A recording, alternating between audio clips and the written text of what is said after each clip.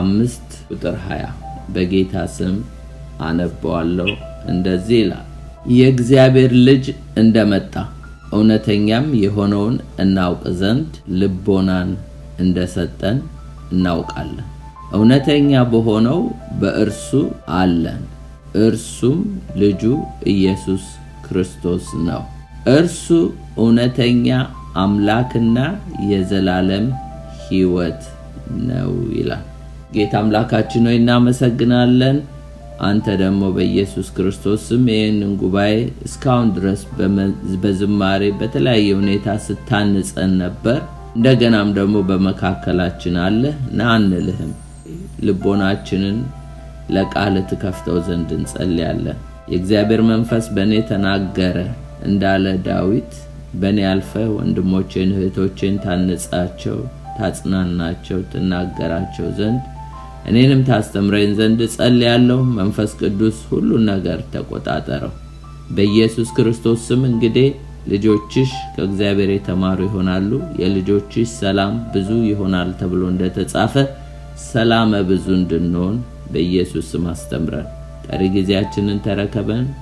አሜን።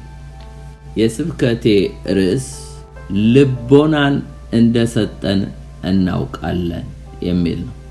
ልቦናን እንደሰጠን እናውቃለን። We know also that the Son of God has come and has given us understanding ይላል።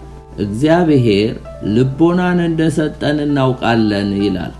ይሄንን የሚለው ሐዋርያው ዮሐንስ ነው። ከሐዋርያት ሁሉ ከበጉ ሐዋርያት መጨረሻ ላይ የቀረ በስተርጅናው በስተሽምግልናው ተወዳጅ የነበረ ለብዙዎች ደግሞ ትምህርት የሚሆን መልእክቶችንም ወንጌልንም አፖካሊፕስ የተባለውን ራእይ መጽሐፍንም የጻፈልን ነው እና ምን ይላል እሱ? አመጣጡን ያውቃል። ከየት እንዳመጣው አባቱ ጋራ ሆኖ ከወንድሙ ጋራ ሆኖ አሳ ያጠመዱ መረብ ያጠቡ ባሉ ጊዜ ነው ኢየሱስ የመጣና የጠራቸው። አባታቸውን ዘብዴዎስንና መረባቸውን ጥለው የተከተሉት ያዕቆብና ዮሐንስ ነው። ዮሐንስ የመጨረሻ የሞተ ከበጉ ሐዋርያት እሱ ነው። የመጀመሪያ ደግሞ ከበጉ ሐዋርያት ሰማዕት የሆነ የሱ ወንድም ያዕቆብ ነው። እርግጥ ነው እስጢፋኖስ ነው የመጀመሪያ ሰማዕት፣ ግን ከበጉ ሐዋርያቶች የመጀመሪያ ሟች ሰማዕት የሆነ ያዕቆብ ነው። ይህ ሰው ነው ልቦናን እንደሰጠን እናውቃለን ይላል። ዛሬ እንግዲህ ይሄን የመሰለ አንጋፋ ሐዋርያ ልቦናን እንደሰጠን እናውቃለን ካለ ዛሬ ምን ያህል ልቦና እንደተሰጠን እናውቃለን? ዛሬ እንግዲህ በዚህ ርዕስ ላይ ነው የምንነጋገር። 5 ነጥቦች ላይ እናተኩራለን። ብሉፕሪንቱን ልስጣችሁ። አንደኛ ልቦና ማግኘት ማለት ምን ማለት? ሁለተኛ ታዲያ እንዴት ነው ልቦና የሚገኘው? ሶስተኛ ልቦና የተሰጠው ለምንድን ነው? አራተኛ ልቦና የተሰጠው ለማን ነው? አምስተኛ ልቦናን ያገኘ እንዴት መኖር ይገባዋል የሚል። ወደ ዴፊኒሽኑ መጣለው። ልቦናን ማግኘት ማለት ምን ማለት ነው? ሐሳቡ አንድ ይሁን እንጂ ይሄ ልቦና የሚለው ሐሳቡ አንድ ይሁን እንጂ በተለያየ መልኩ ልንረዳው እንችላለን። የመጀመሪያው ልቦና ማግኘት ማለት in a biblical context ወይም ደግሞ ኮንሴፕት ልትወስዱት ትችላላችሁ። ልቦና ማግኘት ማለት spiritual understanding ማግኘት ማለት ነው። መንፈሳዊ መረዳት ማግኘት ማለት ነው። spiritual understanding ብዙውን ጊዜ ከመንፈሳዊ ዕውቀትና ከመንፈሳዊ ጥበብ ጋር የተቆራኘ ነው። ምን ይላሉ? often associated with spiritual wisdom and spiritual knowledge ይላሉ። ሁሉ ጊዜ associate የሚያደርገው ወይም ደግሞ የሚቆራኘው ከነዚህ ከጥበብና ከመንፈሳዊ ዕውቀት ጋር ነው ይላል። በቆላስይስ 2:2 ላይ እንዲህ ይላል፣ ልባቸው እንዲጸና በፍቅር ተባብረው በማስተዋል ወደሚገኝ ወደ መረዳት ባለጠግነት ሁሉ እንዲደርሱ የእግዚአብሔርን ምስጢር እርሱም ክርስቶስን እንዲያውቁ እጋደላለሁ ይላል ጳውሎስ። በማስተዋል ወደሚገኝ መረዳት ይላል። ባለጠግነት የሚለውን ተውት፣ ምክንያቱም እሱ እየጨመርን በሄድን ቁጥር ሪች ስንሆን ስንበለጽግ የምናገኘው ነው። ግን በማስተዋል ወደሚገኝ መረዳት የሚለውን እንድናየው ፈልጋለሁ። በማስተዋል ወደሚገኝ ወደ መረዳት መድረስ ማለት ምን ማለት ነው? በራሱ ስፒሪቹዋል ኖሌጅ ማለት አንድ ሰው ስፒሪቹዋል ኖሌጅ አገኘ ማለት እውነትን የመረዳት ችሎታ ማለት ነው። ስፒሪቹዋል ኖሌጅ ማለት እውነትን የመረዳት ችሎታ ማለት ነው። ስፒሪቹዋል ዊዝደም ደግሞ ማለት የተረዳነውን እውነት የተረዳነውን ነገር አጥብቀን ይዘን የመቆም ችሎታ ማለት ነው። ስፒሪቹዋል ዊዝደም የተረዳነውን ነገር ላይ መቆም ወይም ደግሞ አጥብቀን መያዝ ማለት ነው። ስፒሪቹዋል አንደርስታንዲንግ ማለት ደግሞ ነገሮችን የመገምገም ብቃት ወይም ደግሞ the ability to discern ክፉን ከደጉ የመለየት የመረዳት የመገንዘብ ሁኔታ ማለት ነው። ስፒሪቹዋል ኖሌጅ ፕላስ ስፒሪቹዋል ዊዝደም ፕላስ ስፒሪቹዋል አንደርስታንዲንግ መንፈሳዊ ነገርን መረዳት ወይም ደግሞ ልቦና ማግኘት ማለት ነው። እነዚህ ሶስቱ ነገሮች ልንነጣጥላቸው አንችልም። አንድ ሰው ልቦና አገኘ ማለት ስፒሪቹዋል ኖሌጅ አለው፣ ስፒሪቹዋል ዊዝደም አለው፣ ስፒሪቹዋል አንደርስታንዲንግ አለው። ምክንያቱም እውነትን ሳይረዳ የተረዳው እውነት ላይ ደግሞ በጥበብ አጥብቆ ያንን እውነት ሳይዝ ነገሮችን ደግሞ አገናዝቦ ወይም ዲሰርን አድርጎ ደግሞ በስፒሪቹዋል አንደርስታንዲንግ ካልተገነዘበ አንድ ሰው ልቦና አገኘ ማለት አንደፍር። አሁንም ዴፊኒሽኑን በተለየ መልኩ ደግሞ እናየዋለን። መንፈሳዊ ልቦና ማግኘት ማለት ሰማያዊ ስጦታ ማግኘት ማለት ከንባባችን ክፍል እንደምንመለከተው ልቦናን እንደሰጠን እናውቃለን። this is a spiritual gift ነው። ተሰጠን እንጂ ለፍተን አገኘን አይልም፣ ጥረን አገኘን አይልም፣ ሰርተን አገኘን አይልም፣ ተግተን አገኘን አይልም። ተሰጠን ነው። just a gift ነው። ልቦናን እንደሰጠን እናውቃለን። ልቦናን ማግኘት ማለት መገለጥ ያለው ዕውቀት ማግኘት ማለት ነው። ወይም ደግሞ ሬማ የሆነ just information ብቻ ሳይሆን ህይወታችን ትራንስፎርም የሚያደርግ መገለጥ ያለው ዕውቀት ማግኘት ማለት ነው። ለምሳሌ ማቴዎስ 11:27 ላይ ሁሉ ከአባቴ ዘንድ ተሰጥቶኛል፣ ከአብ በቀር ወልድን የሚያውቅ የለም፣ ከወልድ በቀር ወልድም ሊገልጥለት ከሚፈቅድ በቀር አብን የሚያውቅ የለም። እንግዲህ ልቦና ጊፍት ነው ብለናል። ልቦናን ማግኘት ማለት አብ ካልገለጠላችሁ በቀር ነው የሚለው ኢየሱስ ክርስቶስ። ወልድን አታውቁትም፣ ወልድ ደግሞ ካልገለጠላችሁ ወይም ካልተረከላችሁ በቀር አብን አታውቁትም ነው የሚለው። አያችሁ፣ አብን ለማወቅ የግድ ወልድ ሊገልጥልን ያስፈልጋል። ያ ማለት ልቦና ማግኘት አለብን። ወልድን ለማወቅ የግድ አብ ሊገልጥልን ያስፈልጋል። አንድ ጊዜ በማቴዎስ 16:16 ላይ ኢየሱስ ሰዎች የሰው ልጅ ማን ይሉታል ብለው ጠየቃቸው። ስምዖን ጴጥሮስም መልሱን አገኘው ብሎ አንተ ክርስቶስ ሕያው የእግዚአብሔር ልጅ ነህ አለ። ኢየሱስም መልሶ እንዲህ አለው። ስለ ኢየሱስ ነው እንግዲህ ስለ ራሱ አይደንቲቲ ነው ኢየሱስ የጠየቀው። ማን ይሉታል ሲል የዮና ልጅ ስምዖን ሆይ በሰማይ ያለው አባቴ እንጂ ስጋና ደም ይህንን አልገለጠልህም።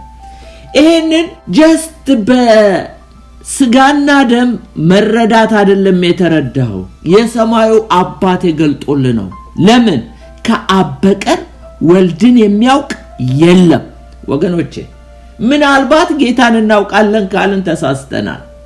ከአብ በቀር ከአባቱ በቀር ኢየሱስን በደንብ የሚያውቅ ሰው የለም። አብ ግን ሲገልጥልን ለኢየሱስ ያውን በሙላት አይደለም እኮ ጥቂት ልናውቅ እንችላለን። ኢየሱስን አውቀኑ ምንጨርሰው ጉዳይ አይደለም። አንዳንዶቻችን ስሙን ስላወቅን ኢየሱስን ያወቅነው ይመስለናል። ብዙ ጊዜ እኮ ተከትለውታል። ብዙ ታምር ሰርቷል። ብዙ አስተምሯቸው ነው ሰዎች የሰው ልጅ ማን ይሉታል ብሎ የጠየቃቸው።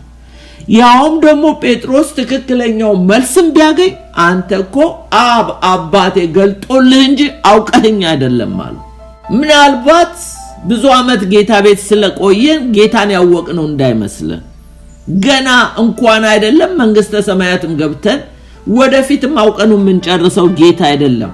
ይሄ ሃምብል ሆኖ ዝቅ ብሎ አንሶ የመጣው ጌታ እኛን ለማዳን ነው እንጂ ታውቆ የማያልቅ ትልቅ አምላክ። ከአብ በቀር ወልድን የሚያውቅ የለም፣ ከወልድ በቀር ወይም ደግሞ ወልድ ሊገልጥለት ወይም ሊተርክለት ከሚፈቅድ በቀር አብን የሚያውቅ። ስለዚህ ወገኖቼ ልቦና ማግኘት በሬቨሌሽን ላይ የተመሰረተ ነው። እግዚአብሔር ሰማያዊ ዊዝደም፣ ሰማያዊ አንደርስታንዲንግ፣ ሰማያዊ ኖሌጅ ካላፈሰሰብን በቀር አናውቀው። ልቦና ማግኘት ማለት የልብ አይን መብራት ማለት ነው። ሐዋርያት ሥራ ምዕራፍ 16-14 ላይ ከቲያጥሮ ከተማ የመጣች ቀይ ሐር ሻጭ እግዚአብሔርን የምታመልክ ሊዲያ የሚሏት አንዲት ሴት ትሰማ ነበር። ጳውሎስም የሚናገረውን ታደምጥ ዘንድ ልቧን ከፈተላት። ማን? ጳውሎስ አይደለም እኮ የከፈተላት። ጳውሎስም በመንፈስ ነው የሚናገረው። እሷም ታደምጥ ዘንድ አንደርስታንዲንግ እንዲኖራት መንፈስ ቅዱስ ነው ልቧን የከፈተው፣ ልቦና የሰጣት። በተረፈ እኮ ኢየሱስ ክርስቶስን እንዲህ በቀላል አይታወቅም። አብ ካልገለጠልን በቀር፣ ወልድ ካልገለጠልን በቀር ስለ አብ አናውቅም። መንፈስ ቅዱስ ካልገለጠልን በቀር ስለ ወልድም ስለ አብም አናውቅ። ቆላስይስ 1:26-27 ይህም ቃል ከዘላለም እና ከትውልዶች ተሰውሮ የነበረ ምስጢር ነው፣ አሁን ግን ለቅዱሳን ተገልጧል ይላል። የቱ ቃል? ለነርሱም እግዚአብሔር በአሕዛብ ዘንድ ያለውን የዚህን ምስጢር ክብር ባለጠግነት ምን እንደሆነ ሊያስታውቅ ወደደ። ምስጢሩ የክብር ተስፋ ያለው ክርስቶስ በእናንተ ዘንድ መሆኑ ነው ይላል። አሕዛብ ወንጌል ሰምተው ድነው የእግዚአብሔር ሕዝብ እንደሚሆኑ እንደገናም ደግሞ እግዚአብሔር በእነሱ እንደሚያድር ይሄ ቃል ከዘመናት ሁሉ በፊት ለትውልዶች ተሰውሮ ነበር ይላል። ምስጢር ነበር ይላል። ይህ ምስጢር የክብር ተስፋ የሆነው ክርስቶስ በእናንተ በቆላስይስ አሕዛቦች መካከል ኢየሱስ ማደሩ መኖሩ ምስጢር ነበረ፣ አሁን ግን ለቅዱሳን ተገልጧል ይላል። እግዚአብሔር አይንን ሲከፍት በኤዥያ ማይነር ያለችዋ ኢሮፕን ብትኖርና በፊልጵስዩስ ወንጌልን ሰምታ ትዳን እንጂ ኤዥያ ማይነር ነው ትውልዷ። የቲያጥሮ ሐር ሻጯ ልቦና ያገኘችው ጌታ በሷ ውስጥ ያደረው ታውቃላችሁ፣ ይሄንን መንፈስ ቅዱስ አዘ ጊፍት ሰጥቷት እንጂ ተመራምራ አይደለም ያገኘችው፣ ተፈላስፋም አይደለም። ልቦና በቲዮሎጂ አይገኝም። ቴዎሎጂያንስ በመሆን ልቦና እናገኝም። ዮሐንስ 5:39-41 ይላል እናንተ መጽሐፍትና የዘላለም ሕይወት እንዳላችሁ ይመስላችኋልና እነርሱን ትመረምራላችሁ።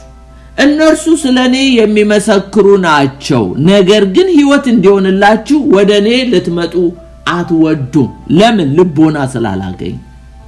አያችሁ፣ መጽሐፍትን በመመርመር ያውም ደግሞ እኮ መጽሐፍት ሲባል ሰኩላር መጽሐፍት አይደለም።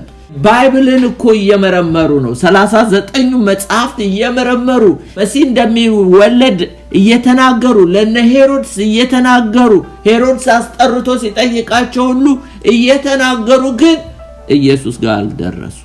ሕግ ያላቸው ሕግ ተሰጥቷቸው ኢየሱስ ጋር አልደረሱም። ኢየሱስ ከነሱ ተወልዶ እሱ ጋር አልደረሱም። ለምን? ዮሐንስ 14:6 ላይ ምን አለ ኢየሱስ? እኔ መንገድ እውነት ሕይወት ነኝ፣ በኔ በቀር ወደ አብ የሚመጣ የለም አለ። 6:44 ላይ ዮሐንስ የላከኝ አብ ከሳበው በቀር ወደኔ ሊመጣ የሚችል የለም፣ እኔ በመጨረሻ ቀን አስነሳዋለሁ። ስለ እኔ የሚመሰክሩ ናቸው አለ መጽሐፍቱ።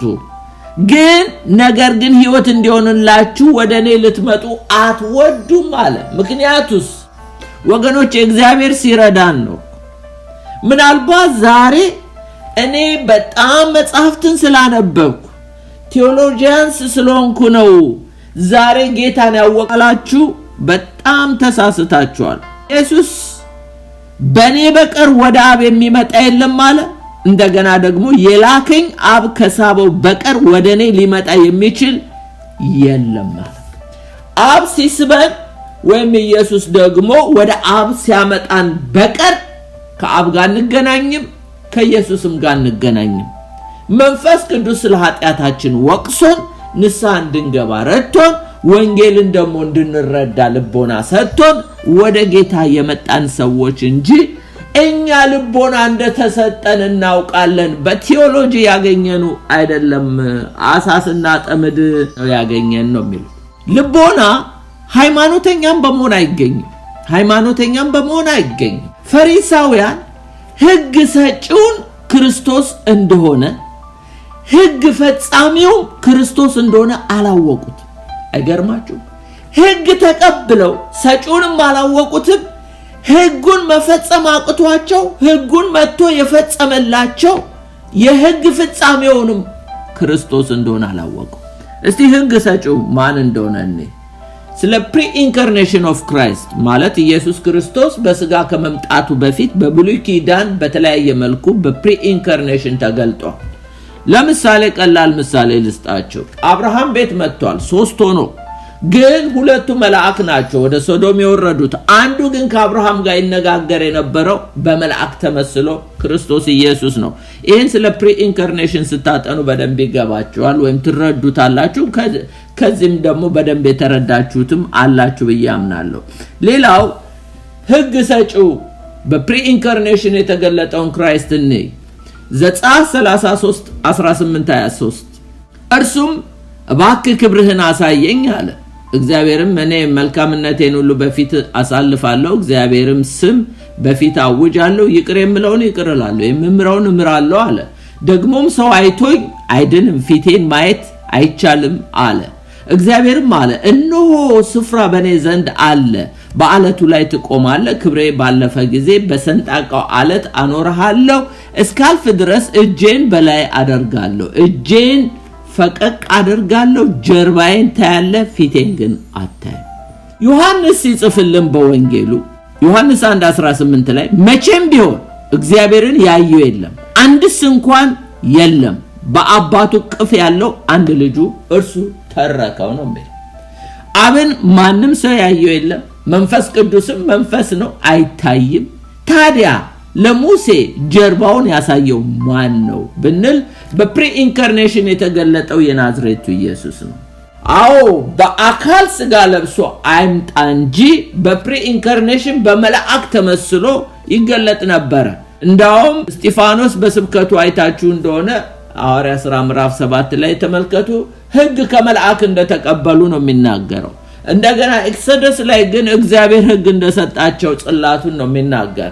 ስለዚህ በፕሪ-ኢንካርኔሽን ክርስቶስ ይገለጥ ነበር ለተለያዩ ሰዎች። አሁን ወደዛ አልሄድም ርዕሴ ስላልሆነ።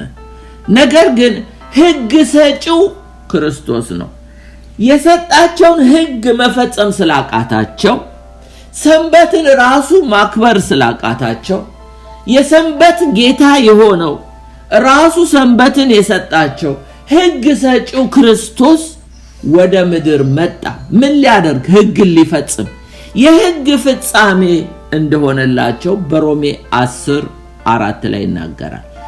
የሚያምን ሁሉ ይጸድቅ ዘንድ ክርስቶስ የሕግ ፍጻሜ ነው። ይህ ማለት ሕግን የፈጸመ ክርስቶስ ነው። በመስቀል ላይ ተፈጸመ አለ። ሁሉን አኮምፕሊሽ ካደረገ ሃይማኖተኞች አክራሪ አይሁዶች ልቦናን አላገኙም።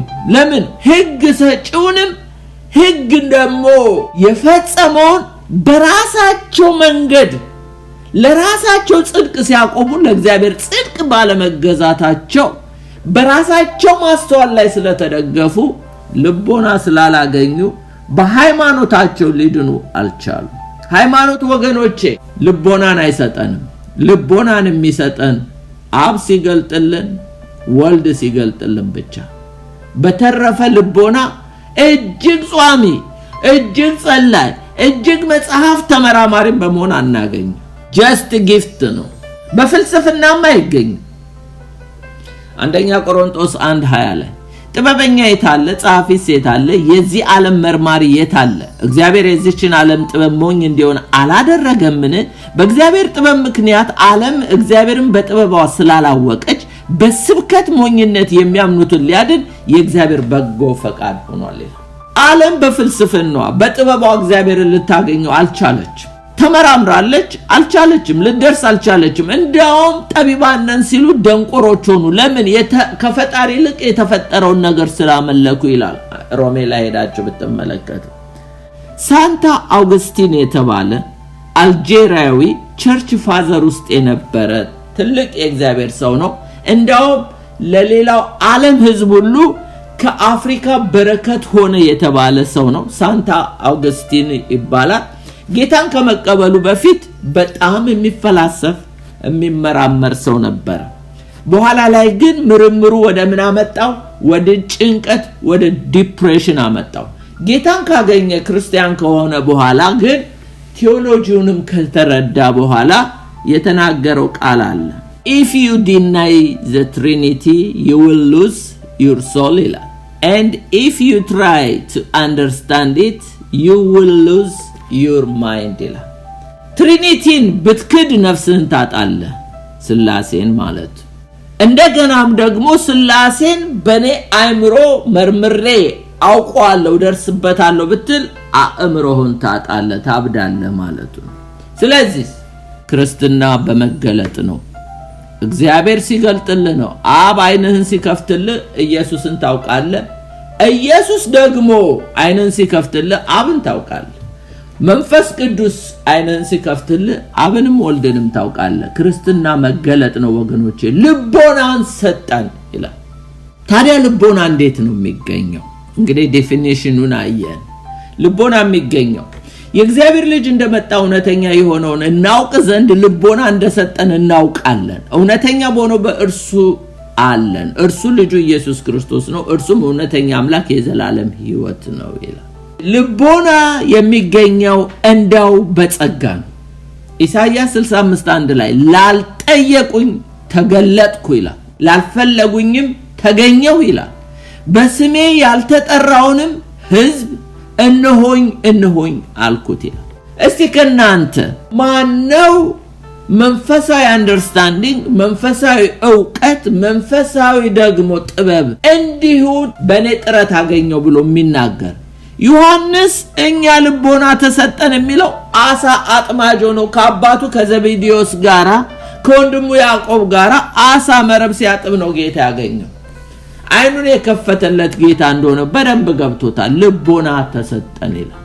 እንዳው በጸጋ ልቦና ለደህንነታችን ያገኘኑ ወይም ለመዳን ያገኘኑ ማቴዎስ 11:27 ቅድም ባነበብኩት ላይ ከአብ በቀር ወልድን የሚያውቅ የለም፣ ከወልድ በቀር ወይም ደግሞ ወልድ ሊገልጥለት ከሚፈቅድ በቀር አብን የሚያውቅ የለም። ስለዚህ ልቦናን ራሱ እግዚአብሔር አብ አይናችንን ሲከፍትልን ወልድን እንድናውቀው ወይም መንፈስ ቅዱስ አይናችንን ሲከፍትልን ወልድን እንድናውቅ እንሆናለን። በራሳችን ልቦና ልናገኝ አንችልም። በእግዚአብሔር ግሬስ፣ በእግዚአብሔር ምህረት፣ በእግዚአብሔር በራሱ በሆነ ሁኔታ ነው የምናገኝ። ከዳንን በኋላ ግን ልቦና ለማግኘት ምን እናደርግ? ልቦና በእርግጥ የዳነ ሰው አግኝቷል። ከዳነ በኋላ ግን በልቦና በማግኘት ሪች መሆን አለበት። ማለት በጥበብ ማስተዋል፣ በእውቀት ሪች ለመሆን መጸለይ ያስፈልጋል። ጳውሎስ ምን ይላል?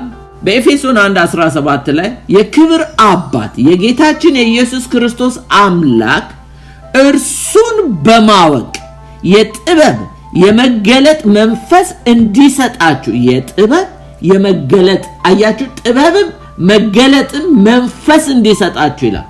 ይሄ በእውቀት በምርምር ሳይሆን እግዚአብሔር የሚሰጠው ነው። ስለዚህ እለምናለሁ ይላል። ይህ የልቦናችሁ አይኖች ሲበሩ የመጥራቱ ተስፋ ምን እንዲሆን በቅዱሳንም ዘንድ ያለውን የርስት ክብር ባለጠግነት ምን እንዲሆን ለምናምን ከሁሉ የሚበልጠውን የኃይሉን ታላቅነት ምን እንዲሆን ታውቁ ዘንድ ነው ይላል። ልቦና ስታገኙ በዚህ ነገር ሪች ስትሆኑ ባለጸጋ ስትሆኑ ይላል። ይህም የልቦናችሁ አይኖች ሲበሩ የመጥራቱ ተስፋ ምን እንደሆነ በቅዱሳን ዘንድ ያላችሁ የርስት ክብር ባለጠግነት ምን እንደሆነ ደሞም ከሁሉ የሚበልጠውን የኃይሉ ታላቅነት ምን እንደሆነ ታውቃላችሁ ይላል። አያችሁ ልቦናን ለማግኘት ለዚህ ነው ታዲያ ቅድም ቆላስይስ 2:2 ላይ በማስተዋል ወደሚገኝ ወደ መረዳት ባለጠግነት ሁሉ እንዲደርሱ የእግዚአብሔርን ምስጢር እርሱን ክርስቶስን እንዲያውቁ እጋደላለሁ። በምንድን ነው የሚጋደለው? በጸሎት ነው እኮ ሬስሊንግ ፕሬየር። ጳውሎስ እነዚህ ኖስቲሲዝም መጥተው የቆላስይስ ሰዎችን አእምሮ ያበላሹ ስለሆነ ክርስቶስን እንዲያውቁ ግን ይጋደል ነበር። አላያቸውም። ኤጳፍራ ነው ያገለገላቸው። ነገር ግን ኤጳፍራ መጥቶ ምን አይነት ኮንፊውዥን እንደተፈጠረባቸው ስለነገረው በእስር ቤት ሆኖ ሳለ ነገር ግን ጳውሎስ እጋደልላቸዋለሁ አለ። ለምን?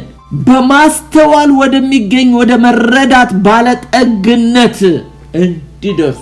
አያችሁ ልቦና አገኘው ብለን የምናቆመው አይደለም።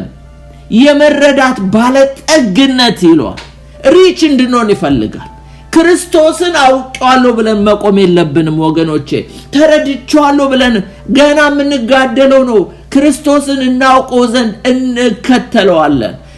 ክርስቶስን አውቀን የምንጨርሰው አሳይመንት አይደለም ወገኖቼ። እንዳትደላደሉ። ጌታ ምናልባት አንዳንዶቻችን ስሙን ብቻ ይሆናል የምናውቀው ወይም ደግሞ አንድ ባህሪውን ፍቅር ነው እሱ ወይ ነብይ ነው ብቻ ብለን ሊሆን ይችላል። ሌላ ገና ጌታ ኢየሱስ ዲፕ ነው እንዲህ ነው ብለን የምንለው አይደለም። ስለዚህ ወደዚህ መረዳት ባለጠግነት እንድንደርስ ከዳንን በኋላ ልቦና አግኝቼ አይኔ ቢከፈትና ጌታንም ባምን ግን መጋደል ያለብኝ ይሄንን ጌታዬን ጠንቅቄ እንዳውቀው። ልቦና ለማግኘት ጸሎት ነው የሚያስፈልገው ብያችኋለሁ። እርግጥ ነው ሰለሞን ልቦና ለማግኘት እሱ ለመሪነት ነው። በእርግጥ ነው ማንም የሚመስል ካንተ በፊት እንደሌለ ካንተም በኋላ እንዳይነሳ አድርጌ ጥበብና አስተዋይ ልቦና ሰጥቻለሁ። አያችሁ ልቦና ከእግዚአብሔር ዘንድ የሚሰጥ ነው። ትዕግስት ስጠኝ ብትሉት እግዚአብሔር በተለያየ ፈተና ነው የሚያሳልፋችሁ ትዕግስተኛ እንድትሆኑ። ልቦና ለማግኘት መንፈሳዊ አንደርስታንዲንግ፣ መንፈሳዊ ጥበብ፣ መንፈሳዊ ዕውቀት ግን ለማግኘት መጸለይ ያስፈልጋል። የእግዚአብሔርን ቃል መፈለግ ያስፈልጋል። ምክንያቱም ልቦና አንዴ አግኝቻለሁ ብለን ምንረጋጋው ሳይሆን የመረዳት ባለጸግነት ውስጥ ገብተን ምንም ለማወቅ አይደለም ክርስቶስን ራሱን። ዛሬ ብዙ ሰዎች ዋነኛውን ትተው ብዙ ነገር ያውቃሉ። አንዳንዶቹ አገልጋይ ማዕት ያውቃሉ፣ አንዳንዶቹ የቸርች ፖለቲካ ያውቃሉ፣ አንዳንዶቹ በቃ ብዙ ነገር ያውቃሉ። ነገር ግን ትልቁ አሳይመንታችን ክርስቶስን ማወቅ ነው። እናውቀው ዘንድ እንከተለው ዘንድ ነው። ልቦና ስናገኝ ልቦና የተሰጠው ለምንድን ነው ታዲያ? ኦኬ ልቦና ለምንድን ነው የተሰጠ? ሐዋርያው እንደሚለን የእግዚአብሔር ልጅ እንደመጣ እውነተኛ የሆነውን እናውቅ ዘንድ ልቦና እንደሰጠ እናውቃለን ይላል። የእግዚአብሔር ልጅ እንደመጣ እናውቅ ዘንድ የእግዚአብሔር ልጅ እንደመጣ በእርግጥ ጌታን የተቀበልን ሰዎች እናውቅ ይሆናል። ግን ብዙ ሰዎች ያውቁ። ብዙ ሰዎች በስታቲስቲክ ብታወጡ ኦልሞስት ጥቂቶች ናቸው የእግዚአብሔር ልጅ እንደመጣ የሚያውቁ። የእግዚአብሔር ልጅ እንደመጣ ማለት ኢየሱስ እንደመጣ ሳይሆን ጋድሰን እንደመጣ የኢየሱስን ዲቪኒቲ አምላክ ስጋ ለብሶ እንደመጣ ብዙ ሰዎች ያውቁ። ቀላል ምሳሌ ልስጣችሁ። ኖስቲሲዝም የተባሉ እነዚህ በሁለተኛው ሴንቸሪ የነበሩ ሐሰተኞች ናቸው። ኢየሱስን አምላክ አይደለም የሚሉ ናቸው። አሪያኒዝም የሚባሉ እነዚህ በአራተኛው ክፍለ ዘመን የተነሱ የክርስቶስን መለኮትነት ዲናይ ያደረጉ ሐሰተኞች ናቸው። በእኛ ዘመንም ጥንትም የነበረ ጆሆቫ ዊትነስ የእግዚአብሔር ልጅ እንደመጣ አያምንም። እንደውም የመጀመሪያ ፍጡር ነው ይላሉ። ከፍጥረት መጀመሪያ ነው፣ እሱም ደግሞ ሚካኤል ነው ይላሉ ኢየሱስን። ሞርሞኖች የሉሲፈር የመንፈስ ወንድሙ ነው የሚሉት፣ ፍጡር ነው የሚሉት ኢየሱስን። አያችሁ ልቦና። ይሄ የሞርሞን እምነት እንኳን በአሜሪካ ብትመለከቱ ቤት ለቤት እየዞሩ በቢስክሌት በመኪና የሚዞሩ በጣም ብዙ ናቸው። የእግዚአብሔር ልጅ እንደመጣ ያውቁ። ሙስሊም ነብይ እንደመጣ እንጂ የእግዚአብሔር ልጅ እንደመጣ ያውቁም። ሌላው ደግሞ ኢቤኒያይቲዝ ወይም ደግሞ ኢቦናይዝም የሚባሉት ደግሞ እነዚህ ደግሞ በጥንት ጊዜ ክርስቲያን ነን ነው የሚሉት፣ ነገር ግን የክርስቶስን ዲቪኒቲ አይቀበሉም። ኢየሱስ ስፔሻል ሰው ነው ይላሉ። ከድንግል ማርያም ግን አልተወለደም ይላሉ። ክርስቲያን ነን ይላሉ።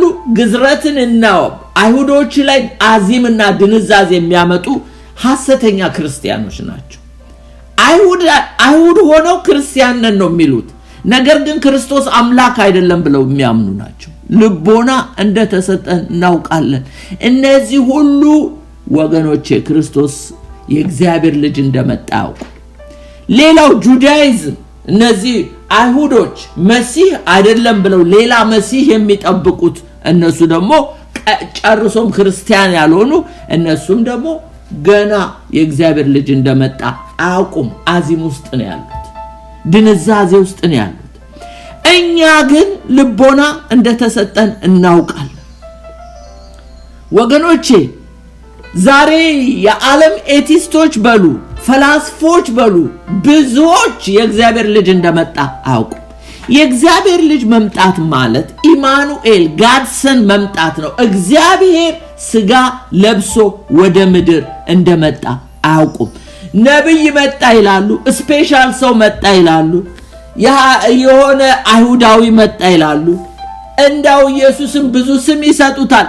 የእግዚአብሔር ልጅ እንደመጣ ማለት እግዚአብሔር ስጋ ለብሶ ወደ ምድር እንደወረደ ዓለም በብዛት አታውቁም። ኢቭን ሃይማኖተኞች ያውቁ። ቡዲዝም በሉ ኢንዱይዝም በሉ ሽቶይዝም በሉ የእግዚአብሔር ልጅ እንደመጣ ዓለም ቢያውቅ ኖሮ ዛሬ በጨለማ ባልተርመሰመሰ። እስቲ ደግሞ ኢየሱስን ከተጠጉት ጥቂቶቹን ላሳያችሁ። ጌታ ፈውሷቸው አይናቸውን አብርቶላቸውም የማያውቁ ነበሩ። ለምሳሌ ዮሐንስ ወንጌል 9:17 ላይ በመካከላቸው መለያየት ሆነ። ከዚህም የተነሳ እውሩን አንተ አይኖችህን ስለከፈተ ስለርሱ ምን ትላለህ ደግሞ አሉት። እርሱም ነብይ ነው አለ። አያችሁ፣ አይኑን ከልጅነቱ ጀምሮ እውር ሆኖ የተወለደ አይኑን ከፈተለት። ስለ ኢየሱስ ማን ትላለህ ሲሉት ነብይ ነው አለ። የእግዚአብሔር ልጅ እንደመጣ ያውቅ። ግን በኋላ ገፍትረው ከምኩራብ ካወጡት በኋላ ኢየሱስ መቼም የሥጋ አይን ብቻ አይደለም የሚያበራው ልቦናንም ስለሚያበራ ዮሐንስ 9:35 ላይ እስከ 38 እንዲላል። ኢየሱስም ወደ ውጪ እንዳወጡት ሰማ። ሲያገኘው አንተ በእግዚአብሔር ልጅ ታምናለህ? የእግዚአብሔር ልጅ እንደመጣ ታውቃለህ ማለቱ ነው። ጌታ ኢየሱስ ታምናለህ ሆይ አለው። እርሱም መልሶ ጌታ ሆይ በእርሱ አምን ዘንድ ማን ነው አለ። ኢየሱስም አይተኸዋል፣ ካንተ ጋር የሚነጋገር እርሱ ነው አለ። እርሱም ጌታዬ ሆይ አምናለሁ አለ፣ ሰገደለት። አያችሁ፣ አይን ልቦና ሲበራ ኢየሱስ አምላክ መሆኑን ሲያውቅ ሰገደለት። አውቃላችሁ ብዙ ጌታን ከተከተሉት ይልቅ አጋንንቶች ማለት እነዚህ እርኩሳን መናፍስቶች የእግዚአብሔር ልጅ ሆይ ጊዜው ሳይደርስ ልታጠፋን መጣህ እያሉ እነሱ በደንብ ያውቃሉ። ኢየሱስ ክርስቶስን ሰይጣን በደንብ ያውቀዋል። ብዙዎች ግን ሰዎች ናቸው የማያውቁት። ተፈውሶ አያውቅም ነበር፣ ጌታ ግን ልቦናውን አበራለት። ሌላው ጌታን እየጠበቁም የማያውቁ ሰዎች ነበሩ። ዮሐንስ ወንጌል 4:25 ላይ ሴቲቱም ክርስቶስ የሚባል መሲህ እንዲመጣ አውቃለሁ፣ እርሱም ሲመጣ ሁሉን ይነግረናል አለችው። ኢየሱስም የምናገርሽ እኔ እርሱ ነኝ አላት። አያችሁ፣ የሰማርያይቷ ሴት ጌታን ትጠብቃለች ምንም እያመነዘረች ብትሆን። አያችሁ፣ ግን የሚገርማችሁ እንኳን እያመነዘረች በምኩራብ ውስጥ እያስተማሩ እንኳን ጌታን እየጠበቁ ኢየሱስን ያላወቁ ብዙዎች ናቸው። እችማ ያመነዘረች ነው። ያው ጌታን ሲመጣ መሲህ ሲመጣ ይነግረናል። ያ ሰው እኮ ነኝ አላት። ጉዴን የነገረው ብላ ወደ ከተማ ወጣች። ምን ልላችሁ ነው? እግዚአብሔር አይንን ካላበራ ኢየሱስ ክርስቶስ አይንን ካልገለጠልን አብን አናውቅም። አብ ራሱ አይናችንን ካልከፈተ ወልድን አናውቅም። ልቦና ማግኘት ማለት እግዚአብሔር ሲረዳን የእግዚአብሔር ልጅ ኢየሱስን ያጋፉም ደግሞ ልቦናቸው ያልበራ አይናቸው ያልተከፈተ ብዙዎች ነበሩ። እንደውም ፈውሱን የተቀበሉ ማቴዎስ 16:13 ላይ ኢየሱስም ወደ ፊልጵስዩስ ቂሳሪያ አገር በደረሰ ጊዜ ደቀ መዛሙርቱን ሰዎች የሰው ልጅ ማን እንደሆነ ይሉታል ብሎ ጠየቀ። እርሱም አንዳንዱ መጥምቁ ዮሐንስ፣ ሌሎቹም ኤልያስ፣ ሌሎቹም ኤርሚያስ ወይም ከነቢያት አንዱ ነው ይላሉ። አይገርማችሁ? ሁሉም ኢየሱስ ክርስቶስን ኤርሚያስ፣ ኤልያስ፣ መጥምቁ ዮሐንስ ይበሉ እንጂ ሁሉም ነብይ ነህ ይያሉት ነው። አንዱም እንኳን የእግዚአብሔር ልጅ እንደመጣ ያውቅ። አይገርማችሁ? ኢማኑኤል እግዚአብሔር ከኛ ጋር ሆነ፣ ስጋ ለብሶ መጣ፣ ወረደ የሚለውን አንዱም አያውቅም። ነብይ ልክ እንደ ሙስሊሞች ነው የሚያምኑት። አይገርማችሁ? የእግዚአብሔር ልጅ እንደመጣ እንድናውቅ ነው ልቦና የሰጠን ነው የሚለው ቃሉ። ይህ ብቻ አይደለም። የእግዚአብሔር ልጅ እንደመጣ ጌታን እየተከተሉም የሚያውቁ አሉ። ዮሐንስ ወንጌል ምዕራፍ 1:43 ላይ በነገውም ኢየሱስ ወደ ገሊላ ሊወጣ ወደደ። ማን? ኢየሱስ። ፊልጶስንም አገኘውና ተከተለኝ አለው። ፊልጶስም ከእንድሪያስ ከጴጥሮስ ከተማ ከቤተ ሳይዳ ነበረ። ፊልጶስም ናትናኤልን አግኝቶ ሙሴ በሕግ ነቢያት ስለ እርሱ የተጻፉትን የዮሴፍን ልጅ አስምሩልኝ፣ የዮሴፍን ልጅ የናዝሬቱን ኢየሱስን አገኝተነዋል አለው። አያችሁ? ኢየሱስን ተከትሏል። ናትናኤልንም ጠርቷል። የሚገርማችሁ የማን ልጅ እያለ ነው? የእግዚአብሔር ልጅ እንደመጣ ሳይሆን የዮሴፍ ልጅን አገኘኑ ማለት ኢየሱስ ከዮሴፍና ከማርያም ተወልዷል እያለ ጌታንም እየተከተሉ ጌታንም እየጠበቁ ጌታንም እያጋፉ እግዚአብሔር አይንን ካልከፈተልን በቀር እንደ ጴጥሮስ አይኖቻችንን ካልከፈተው በቀር ልቦና ካላገኘን በቀር ወገኖቼ የእግዚአብሔር ልጅ እንደመጣ ማወቅ ቀላል አይደለም። ዛሬ የእግዚአብሔር ልጅ እንደመጣ የተረዳችሁ ሰዎች እጅግ እጅግ እጅግ ባለጸጎች ናችሁ፣ ሀብታሞች ናችሁ፣ ተባርካችኋል። ሌላ ነገር አትጠይቁት። እግዚአብሔርን ማቴሪያል ቁስ ነገር አይደለም። ጌታ አይናችንን በመክፈቱ ብቻ የተባረክን ህዝቦች ነን። ታውቃላችሁ? አይኖቻችን ተከፍቶ ኢየሱስ አምላክ ነው፣ ፍጹም ሰው ነው ብሎ ማመን ቀላል ነገር እንዳይመስላችሁ። ልቦና እንደተሰጠን እናውቃለን አለ። እናንተስ ማን ትሉኛላችሁ ባለ ጊዜ ያው ጴጥሮስ መልሱን አገኘ። የሚገርማችሁ ግን ያው አብገለጠልን ያለ። ሌላው ልቦና የተሰጠው ለምንድነው? የእግዚአብሔር ልጅ እንደመጣ እንድናውቅ ነው። ሁለተኛ እውነተኛ የሆነውን እንድናውቅ ነው ይለናል እኮ። እውነተኛ የሆነውን እንድናውቅ ልቦና ሰጠን ነው የሚለው። የእግዚአብሔር ልጅ እንደመጣ ብቻ ሳይሆን እውነተኛ የሆነው። ጲላጦስ ጌታ ኢየሱስን ተይዞ በቀረበ ጊዜ ጥያቄ ጠየቀው። ጲላጦስም እንግዲህ ንጉስ ነህን አለው። ኢየሱስም መልሶ እኔ ንጉስ እንደሆንኩ አንተ ትላለህ። እኔ ለእውነት ልመሰክር ስለዚህ ተወልጃለሁ፣ ስለዚህ ወደዚህ ዓለም መጥቻለሁ። ከእውነት የሆነ ሁሉ ድምጼን ይሰማል አለው። ጲላጦስም እውነት ምንድነው አለ። እውነት የሆነው ኢየሱስ በፊቱ ቆሞ እውነት ምንድነው ይለው። ለምን አይኑ አልተከፈተማ? እንዴት ብሎ ይወቅ? ይህም ብሎ ዳግመኛ ወደ አይሁድ መጥቶ እኔ እንግዲህ በደልስ እንኳን አላገኘውበትም። ፋክትን አውቋል። ፐርሰን የሆነውን እውነት ግን አላወቀም። አያችሁ? ኢየሱስ ምንም ኃጢአት እንዳልሰራ ተረቷል። ቀንተው እንደያዙት ተረቷል። ጲላጦስ ፋክት አለው፣ አውቋል፣ ተረቷል። በሚስቱም በኩል ማስጠንቀቂያ ተሰጥቶታል። ነገር ግን ፋክትን ይወቅ እንጂ ፐርሰን የሆነውን እውነትን እኔ እውነት ነኝ እኔ መንገድ ነኝ ያለውን ጌታ ግን አላወቀው። እውነት ምንድነው? ቶማስም ጠይቋል። ጌታ ሆይ ወደምትሄድበት አናውቅም፣ እንዴትስ መንገዱን እናውቃለን አለው። ዮሐንስ 14:5 ላይ ኢየሱስም እኔ መንገድ እውነት ሕይወት ነኝ አለ። እኔ እውነት ነኝ አለ። አያችሁ? truth is a person not only fact። ምን አለ? እውነተኛ የሆነውን እናውቅ ዘንድ ልቦና ሰጠን። እውነተኛ የሆነው ምንድነው? እውነተኛ ብርሃን ወደ ዓለም ይመጣ ነበር ይላል። እውነተኛማ የሆነው እውነተኛው ብርሃን ነው። በዮሐንስ 1:9 ላይ ለሰው ሁሉ የሚያበራው እውነተኛው ብርሃን ወደ ዓለም ይመጣ ነበር። እውነተኛው ብርሃን ኢየሱስ ነበር። ሌላው ዮሐንስ 6:55 ላይ ስጋዬ እውነተኛ መብል ነው አለ። አያችሁ? ደሜ ደግሞ እውነተኛ መጠጥ ነው አለ። ብዙ ጊዜ ሃይማኖተኞች ምን ይላሉ? ቅዱስ ቁርባንን የወሰደ ይድናል ይላሉ። የክርስቶስን ደምና የክርስቶስን ስጋ በልቷልና ይላሉ። ኖ ያ ሮንግ ነው።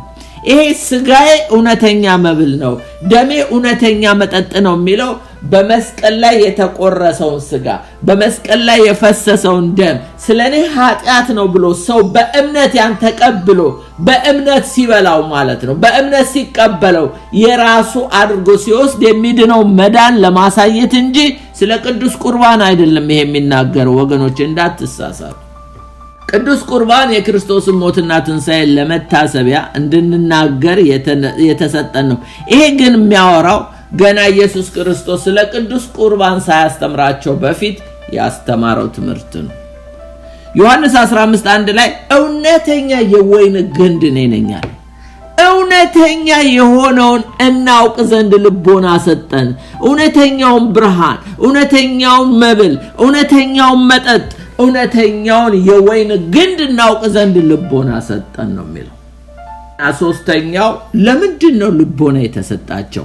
እውነተኛ በሆነ በልጁ በኢየሱስ ክርስቶስ እንዳለን ደግሞ እንድናውቅ። እውነተኛ የእግዚአብሔር ልጅ እንደመጣ እንድናውቅ ነው።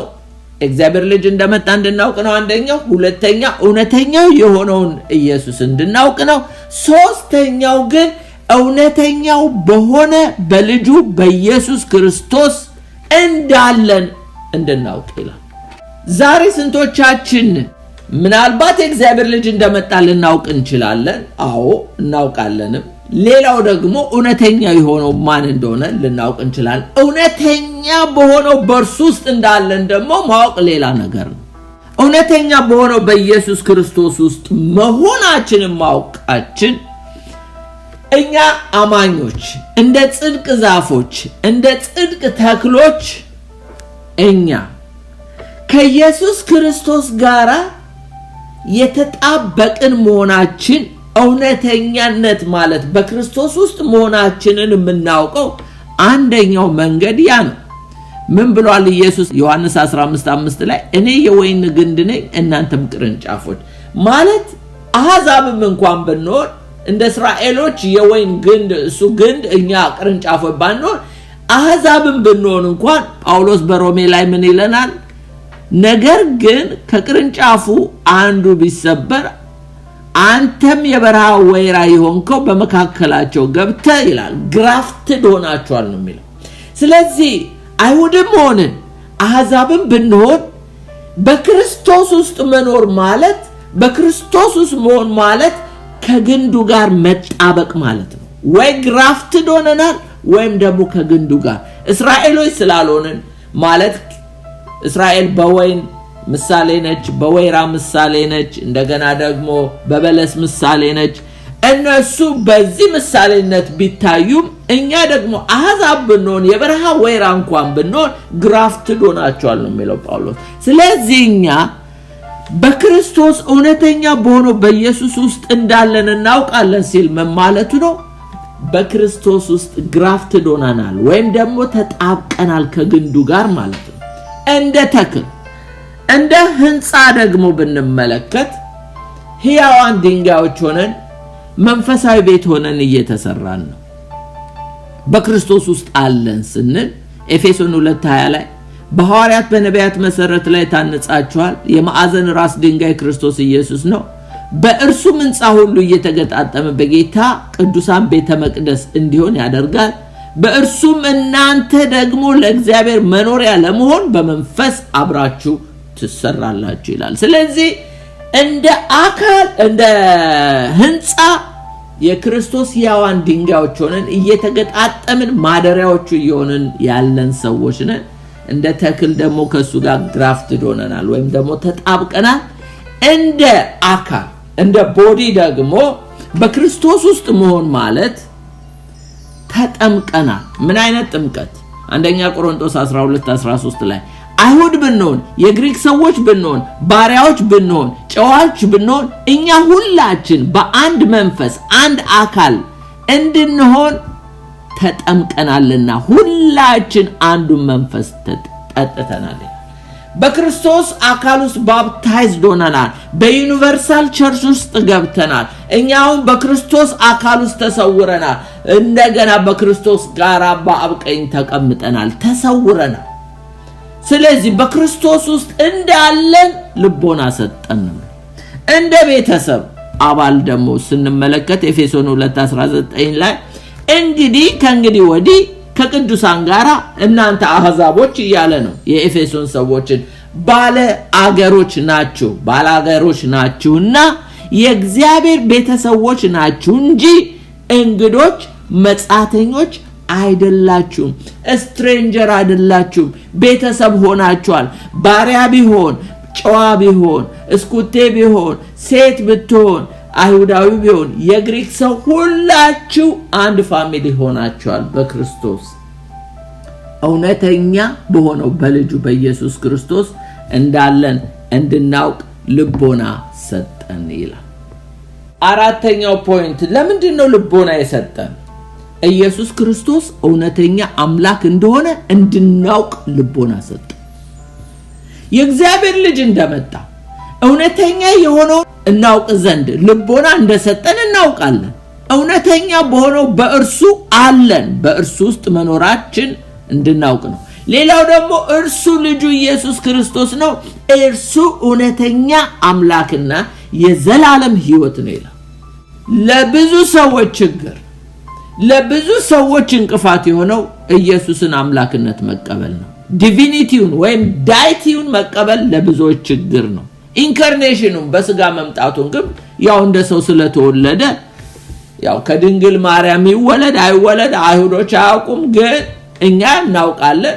መጽሐፍ ቅዱስም እንደሚለን ኢየሱስ ከድንግል ማርያም ነው የተወለደው ግን እዛው እየኖሩ ግን ማያውቋሉ እንደውም ኢየሱስ ክርስቶስን ብዙ ስም ይጠቅሱለታል እነዚህ አይሁዶች ሲሰድቡት እና ምን ለማለት ነው ኢየሱስ ክርስቶስ አምላክ እንደሆነ እንድናውቅ ልቦና ሰጠ አለበለዚያ ሰው ሆኖ በመካከላቸው እየተመላለሰ አምላክ ነኝ ቢል ማን ነው የሚያምነው እኔና አብ አንድ ነን ባለ ጊዜ እኮ ነው ሊወግሩት የተነሱ ለምን እኔም አምላክ እሱም አምላክ ነኝ እያለ ነው ብሎ አንተ ሰው ሆነ ሳለ ራስን እንዴት ከእግዚአብሔር ጋር እኩል ታደርጋለህ አይደለም ኃጢአት ይቅር ተብሏል ስላል አንተ ማን ኃጢአት ይቅር ምትል ብለው ለምን አምላክ እንደሆነ ስለማያውቁ ኢማኑኤል እግዚአብሔር ስጋ ለብሶ ወደ ምድር እንደመጣ ስለማያውቁ ልቦና እንደሰጠን እናውቃለን ለምንድነው እግዚአብሔር ኢየሱስ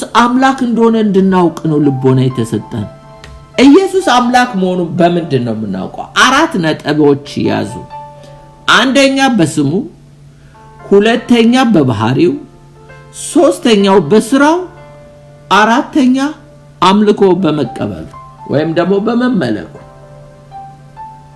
ኢየሱስ በስሙ ዘፍጥረት 1:1 ላይ በመጀመሪያ እግዚአብሔር ኤሎሂም ሰማይና ምድርን ፈጠረ ነው የሚለው ኤሎሂም የሚለው ፕሉራል ነው አብ ወልድ መንፈስ ቅዱስን ነው የሚያሳይ ወደ ዮሐንስ ወንጌል ላይ ስትመጡ ደግሞ ዮሐንስ 1:1 ላይ በመጀመሪያ ቃል ነበረ ቃልም ከእግዚአብሔር ዘንድ ነበረ ቃልም እግዚአብሔር ነበረ እሱም በመጀመሪያ ከእግዚአብሔር ጋር ነበር ኢየሱስ ክርስቶስ እግዚአብሔር ተብሏል አያችሁ ዮሐንስ በመልእክቱ በመጀመሪያ ብሎ የሚለው እግዚአብሔር ብሎ የሚጠራው ኢየሱስን በዘፍጥረት ላይ እግዚአብሔር የተባለው በወንጌል ላይ ደግሞ መጀመሪያ ኢየሱስ ይሄንን ስም ተሰጥቶት ነበር ኢየሱስ እግዚአብሔር ብዙ ስሞች አሉት ከስሞቹ በሁለት ይከፈላሉ ኤሎሂስቲክ እና ሪደምፕቲቭ ኔም አሉት ኤሎሂስቲክ ኔም ማለት ኤሎሄም ኤል እየተባለ የሚጠራበት ነው የከፍጥረት ጋራ የሚገናኝበት ነው ሌላው ግን ሪደምፕቲቭ ኔሞች አሉት ሪደምፕቲቭ ኔሞች ማለት የዋጆ ስሞች ወይም ሲታደግ ሲያድን የሚወጥ ያለው ስም አለ ይሄ ለምሳሌ the lord will provide የሚለው ጀሆቫ ጃይራ እግዚአብሔር ያዘጋጃል the lord our healer ማለት ጀሆቫ ራፋ ያለ ጀሆቫ ንሲ ያለ ይቀጥላል እነዚህ ሪደምፕቲቭ ኔሞች ማለት ጀሆቫ ማለት ሎርድ ማለት ነው በእንግሊዘኛው ሎርድ ማለት በአማርኛ ጌታ ማለት ነው ኢየሱስ ጌታ እንደሆነ ብታምን ነው እኮ አይደለ የጻደቅ ነው የዳን ነው እኮ ባፋችን መስክረን በልባችን አምነን ነው ኢየሱስ ጌታ ተብሏል ጌታ ማለት ጀሆቫ ማለት ነው ያህዌ ማለት ነው ጀሆቫና ያህዌ አንድ ነው በዕብራውያን ስለዚህ ጌታ ተብሎ ተጠርቷል ሪደምፕቲቭ ኔም ኤሎሂስቲክ ኔም ተጠርቷል ማለት ነው በዚህ አምላክ መሆኑን እናውቃለን ሌላው አትሪቢዩትስ ባህሪው ነው ኢየሱስ ክርስቶስ ባህሪው ተገልጦ ታይቷል ለምሳሌ የእግዚአብሔር ባህሪያቶች ብዙዎች ናቸው በሁለት ነው እሱም የሚከፈለው አንደኛው ባህሪ ኢሴንሻል አትሪቢዩት የሚባል ነው ይሄ ማለት ኢንኮሙኒኬብል ሰዎች የማይጋሩት ባህሪ ያሉት ሌላው ሞራል አትሪቢዩት ነው ይሄ ደግሞ ኮሙኒኬብል ሰዎች የሚጋሩት ባህሪ ያለው ለምሳሌ ኢንኮሙኒኬብል አትሪቢዩት የተባለ ሰዎች የማይጋሩት ባህሪ እግዚአብሔር ኦምኒፕሬዘንት ነው ኦምኒፖተንት ነው ኦምኒሸንት ነው ይሄ ሁሉን ቻይ ሁሉን አዋቂ በሁሉ ስፍራ ይገኛል ይሄ ባህሪ ሰዎች አይጋሩትም ኢየሱስ ግን ይጋራዋል ለምን አምላክ ስለሆነ አያችሁ ኢየሱስ ሁለትም ሶስትም ሆናችሁ በተሰበሰባችሁበት ይገኛል he is omnipresent he is omnipotent he is omniscient ሁሉን አዋቂ ነው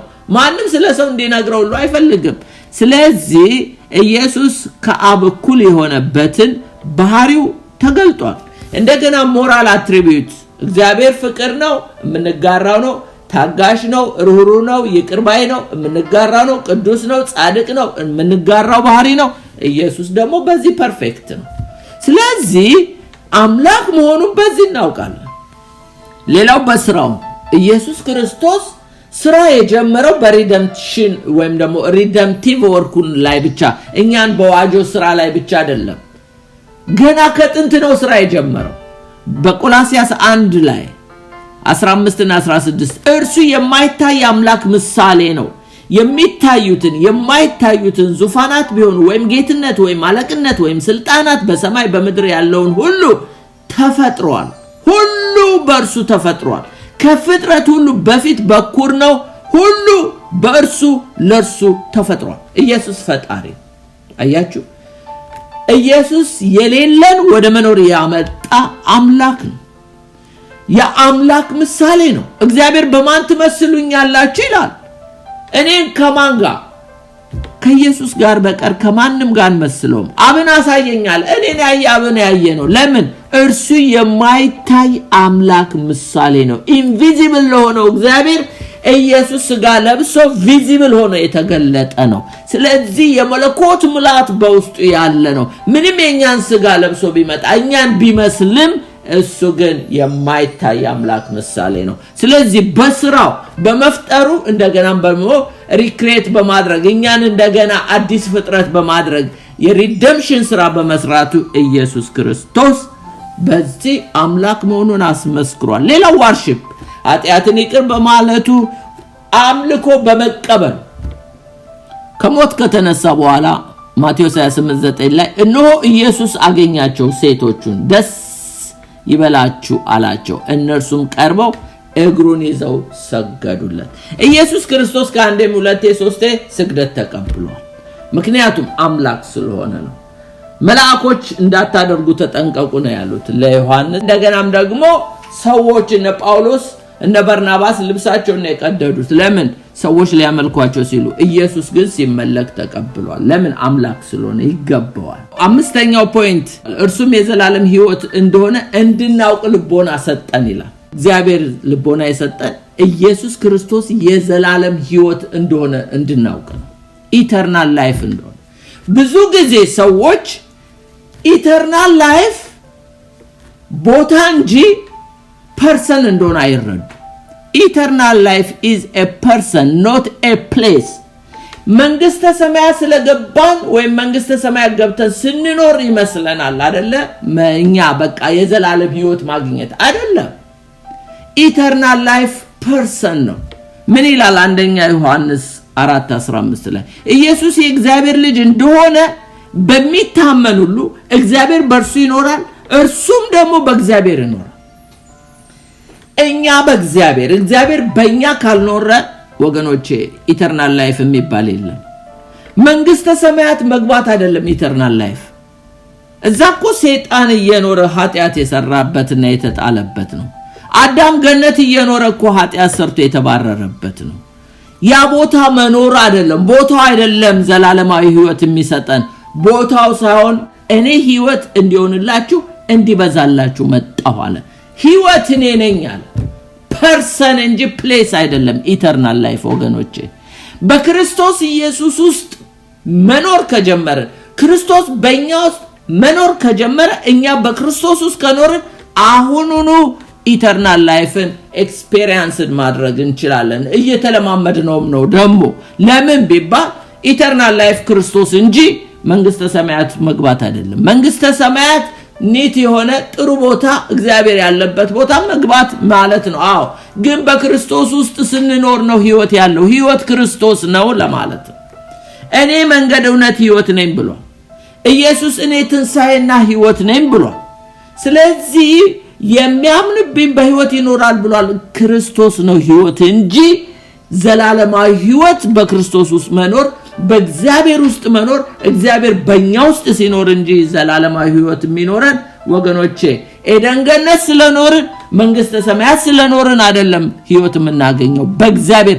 አዳም በኃጢአት ወድቆ በኤደን ገነት እኮ ነበረ፣ ተደብቆ ነበረ። በእግዚአብሔር ውስጥ ሲኖር ነበረ ሕይወት የነበረው። ከእግዚአብሔር ሕይወት ሲወጣ ነው የሞተው። ታውቃላችሁ መንግስተ ሰማያት ገነት ውስጥ ሆኖ ሞቶ ነበር።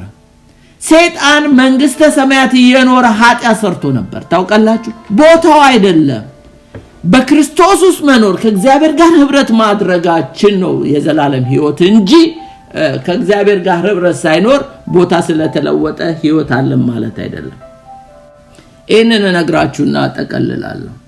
ልቦና እንግዲህ ማግኘት ለማን የተሰጠው? ለተጠሩት ነው። መጠራታችሁን ተመልከቱ ነው ማለት። ወንድሞች ሆይ መጠራታችሁን ተመልከቱ። እንደ ሰው ጥበበኞች የሆኑ ብዙዎች፣ ኃያላን የሆኑ ብዙዎች፣ ባላባቶች። እንግዲህ መጠራታችንን ስንመለከተው ልቦና የተሰጠን ሰዎች ማን እንደሆነ ስናውቅ ጀስት በግሬስ ጀስት በጸጋ እንደተሰጠን እንጂ ከራሳችን ምንም መልካም ነገር እንደሌለ እንረዳለን። እንደውም ኢየሱስ ምን አለ በማቴዎስ 11 ላይ?